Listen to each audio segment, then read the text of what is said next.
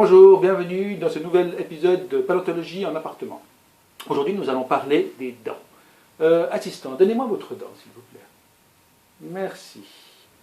Voilà donc une prémolaire de mon assistant qui est un mammifère. Les mammifères ont deux générations de dents. Ils ont leurs dents de lait, puis les dents définitives. Et si par malheur ils les perdent, eh ben, c'est fini. Ils doivent s'acheter un dentier. Chez les autres animaux vertébrés, les dents se remplacent tout au long de leur vie. Donc ils n'ont pas de problème de manque de dents si par hasard ils les perdent. Donnez-moi s'il vous plaît des crânes de mammifères. Merci bien.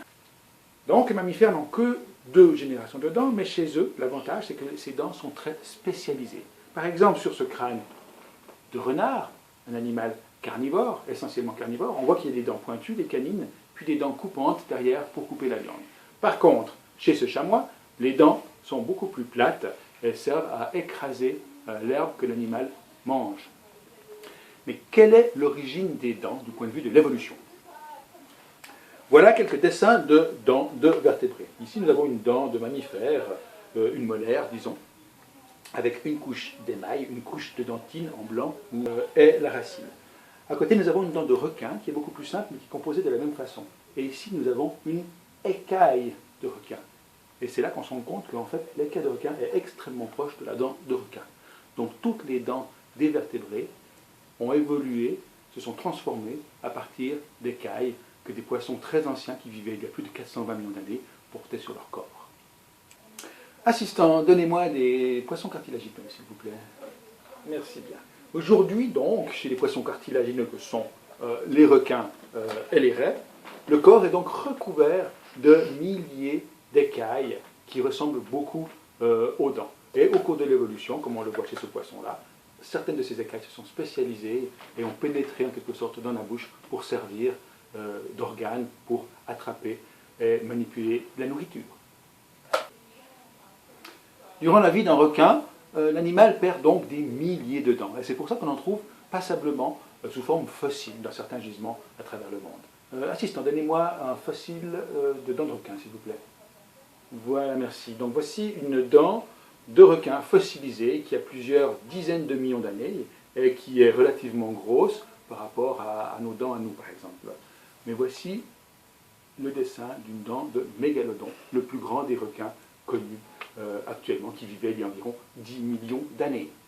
Alors ça nous paraît énorme, mais sachez que les plus grandes dents que l'on connaisse, ce sont par exemple les dents du Tyrannosaurus rex, qui peuvent faire 30 cm de long.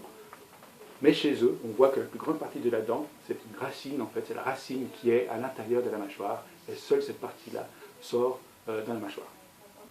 Mais la plus grande dent connue jusqu'à présent est la dent d'un cachalot, qui vivait il y a environ 10 millions d'années au Pérou, et qui mesure plus de 30 cm, c'est-à-dire plus grand qu'une feuille A4. Mais revenons à nos poissons. Assistant, donnez-moi des mâchoires de poisson, s'il vous plaît. Merci beaucoup. Donc, les poissons osseux perdent leurs dents tout au long de leur vie. Et voici par exemple une mâchoire de brochet, où on reconnaît très bien des dents adaptées à attraper des poissons, ce qui est normal pour un poisson carnivore. Chez la dorade que nous avons déjà rencontrée dans mon assiette lors d'une précédente vidéo, les dents sont spécialisées pour broyer des petits animaux que cet animal croque. Alors, chez elle, le remplacement des dents est assez particulier parce qu'il faut que chacune des dents soit poussée par la dent au-dessous qui va venir la remplacer. Et on a découvert dans un gisement fossilifère dans le Jura, en Suisse, une mâchoire qui a 150 millions d'années et qui est composée de dents fonctionnelles bulbeuses comme ça, qui permettent également d'écraser la nourriture.